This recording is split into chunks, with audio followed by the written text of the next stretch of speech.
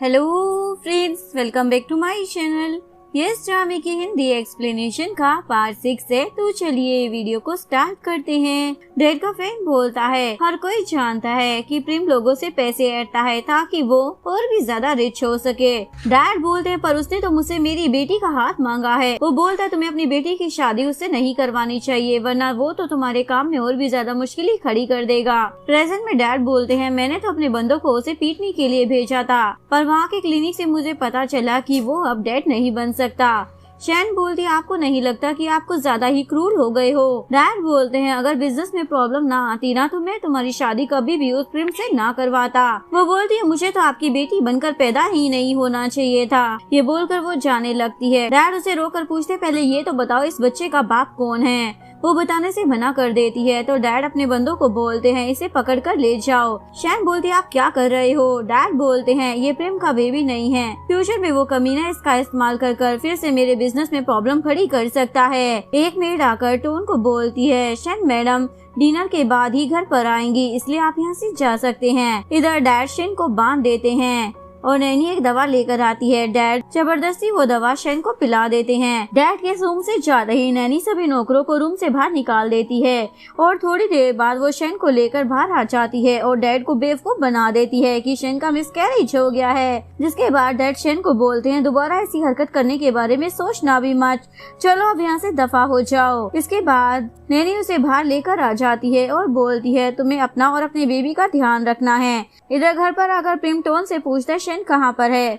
वो बोलता है, वो ना अपने डैड के घर डिनर कर ही आएंगी। शैन घर आते ही मेड से पूछने लग जाती है, टोन कहाँ पर है? मेड उसे बताती है, वो तो गार्डन में प्रेम साहब से बात कर रहा है। इधर प्रेम बोल रहा होता है, तुम मेरे सच्चे दोस्त हो, तुम्हारी वजह से मेरा काम हो गया, अब तुम यहाँ से जा सकते हो, तुम्हारा काम खत्म हो गया है। टोन बोलता है, जब तक शैन बेबी को जन्म नहीं दे देती मैं यहीं पर रहना चाहता हूँ, कहीं राय की तरह उसके साथ भी कुछ गलत ना हो जाए। वो बोलता है, इसकी जरूरत नहीं है, मैं शैन का ध्यान रख लूंगा। वैसे भी कहीं तुम्हें मेरी वाइफ से प्यार तो नहीं हो गया है ना?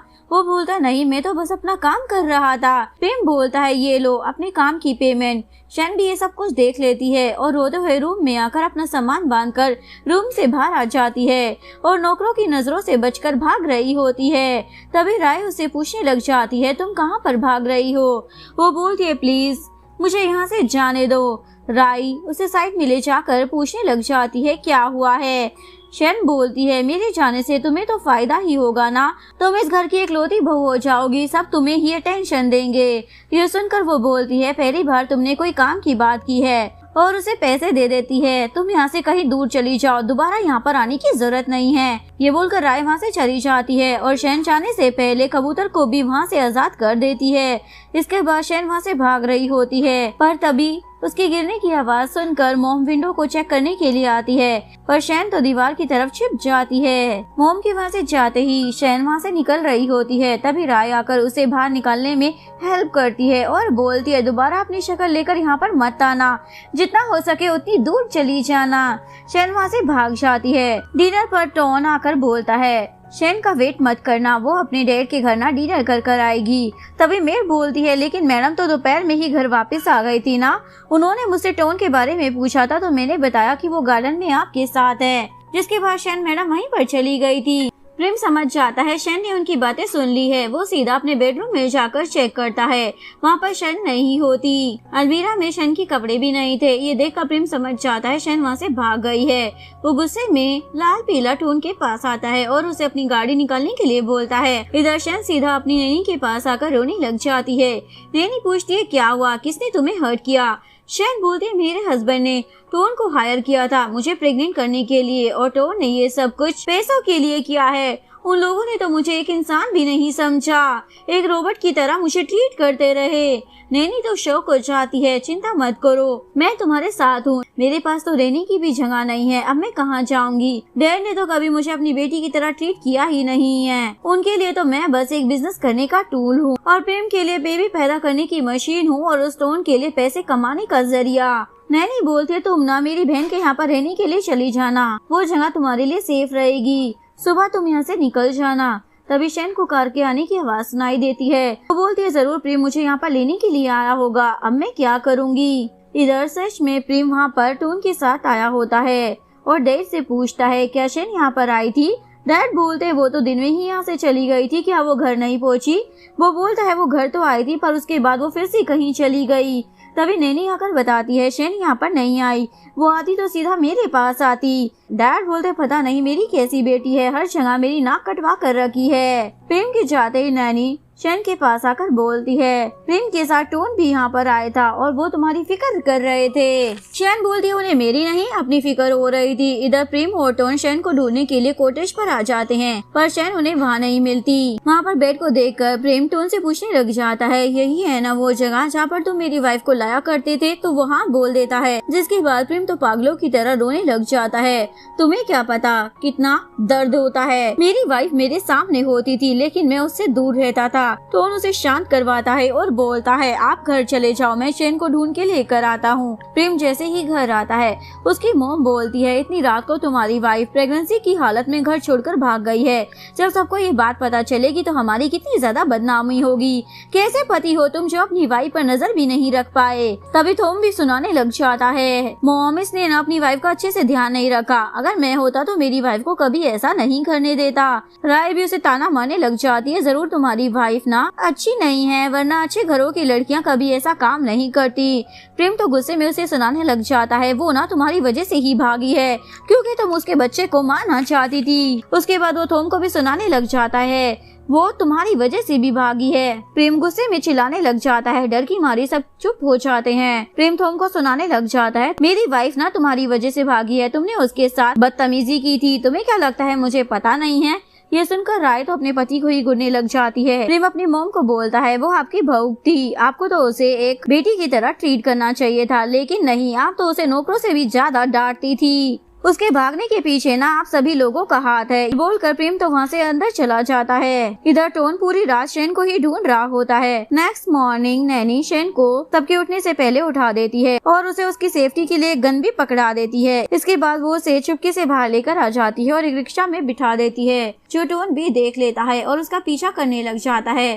शेन उसे अपना पीछा करता हुआ देखकर रिक्शा तेज चलाने के लिए बोल देती है पर टोन उसकी रिक्शा के सामने अपनी गाड़ी लाकर खड़ा कर देता है। शेन उतरकर भागने लग जाती है पर टोन उसे पकड़ लेता है। शेन अपनी गन निकाल लेती है मुझे तुमसे कोई बात नहीं करनी है, तुम ना एक नंबर के झूठे हो, तुम यहाँ से चले जाओ वरना मैं गोली चला दूंगी। लेकिन टोन तो टस से मस नहीं होता तो शेन उसे शूट कर देती है पर गोली उसकी बाजू पर ही लगी होती है। शेन रिक्शा में बैठकर वहाँ से चली जाती है। टोन उसके रिक्शा के पीछे भागने लग जाता है। तुम्हें अभी पूरा सच नहीं पता है, प्लीज मेरी बात तो सुन लो। पर शेन वहाँ से निकल जाती है। सीन कट होता है। टोन अपनी चोट पर पट्टी कर रहा होता है। तभी शेन आकर अपना रुमाल बांध देती है और बोलती है बताओ क्या सच बताने के लिए बोल रहे थे। फ्लैशबैक में दिखाया जाता है टोन अपने पेरेंट्स के साथ अब्रॉड में एक शॉप में काम कर रहा होता है। तभी प्रेम भी उसे ढूंढते हुए वहाँ पर आ जाता है और बोलता है क्या तुम मेरे लिए एक बेबी कर सकते हो क्योंकि मैं नहीं कर सकता। प्रेम भी हाँ बोल देता है क्योंकि टोन ने उसकी फैमिली की फाइनेंशियली काफी ज्यादा हेल्प की थी। लेकिन जब प्रेम ने टोन को पहली बार शेन से मिलवाया था तो उसी दिन उसे शेन से पहली नजर का प्यार हो गया था। शेन पूछती है जो हमारे बीच होता था क्या उसकी रिपोर्ट तुम्हें प्रेम को देनी होती थी, तो टोन हाँ बोल देता है। जब पहली बार मैंने तुम्हें किस किया था तो मैंने ये बात प्रेम को बता दी थी, लेकिन उसके बाद मुझे अपनी गलती का एहसास हो गया था, इसलिए मैं अगले दिन प्रेम के पास गया था और मैंने उसे बोला था कि मैं इस जॉब से रिजाइन देना चाहता हूँ। आप अपनी वाइफ को मेरी तरफ कितना भी पुश क्यों ना कर लो, लेकिन वो कभी आपको चीट नहीं करेगी। प्रेम उसे चाटा मारकर बोलता है तुम्हें मेरा काम करना ही होगा। वो बोलता है उसके बाद धीरे धीरे ना मुझे तुमसे प्यार हो गया, मैं भी खुद को रोक नहीं पाया, इसलिए जब फर्स्ट नाइट हम दोनों साथ में बिताई ना उस दिन मैंने डिसाइड कर लिया था मैं हमेशा तुम्हारा साथ दूंगा। शेन पूछती है पर टोन को ये बेबी इतना ज्यादा क्यों चाहिए।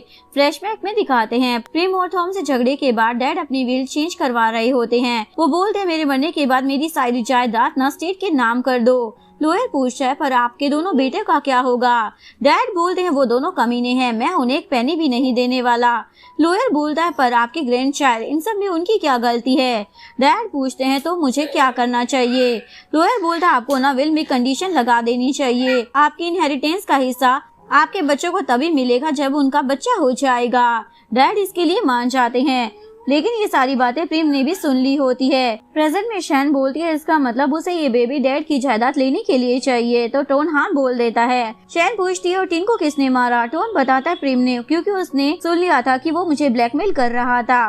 बाद में प्रेम ने मुझे उसे दफनाने के लिए कहा था। मुझे नहीं पता था कि पैसे कमाने के चक्कर में मैं इस सारे झमेले में फंस जाऊंगा। इधर प्रेम देखता है उसका कबूतर किसी ने उड़ा दिया है, तो वो तो बहुत ही ज्यादा गुस्सा हो जाता है और पूछता है टोन कहाँ है। मेल बताती है वो अभी तक घर नहीं आया। तभी थॉम आकर बोलता है मैंने तो पहले ही कहा था उन दोनों पर नजर रखो। प्रेम बोलता है मैंने भी तुमसे कहा था कि मेरे मामले में खुद हैंडल कर लूंगा। थॉम बोलता है टोन पूरी रात उसे ढूंढ रहा था, मुझे नहीं लगता कि उसे वो मिली नहीं होगी या फिर वो उसे यहाँ पर लेकर नहीं आया। अपने आप को फूल बनाना ना बंद करो। मुझे तो लगता है तुम्हें ना अपना मुंह छुपाने के लिए एक बॉक्स ढूंढ लेना चाहिए, क्योंकि बहुत ही जल्द ये न्यूज आने वाली है कि मिस्टर प्रेम की वाइफ एक ड्राइवर के साथ भाग गई है और क्या पता वो बेबी भी तुम्हारा ना हो। प्रेम तो गुस्से में उससे लड़ने लग जाता है। तभी मेड आकर बताती है डैड की तबीयत खराब हो गई है। अगर आपको वीडियो अच्छी लगी हो तो प्लीज वीडियो को लाइक करें, चैनल को सब्सक्राइब करें, न्यू अपडेट्स के लिए बेल आइकन का बटन प्रेस करें। मिलते हैं नेक्स्ट वीडियो के साथ, तब तक के लिए सारांगे बाय बाय।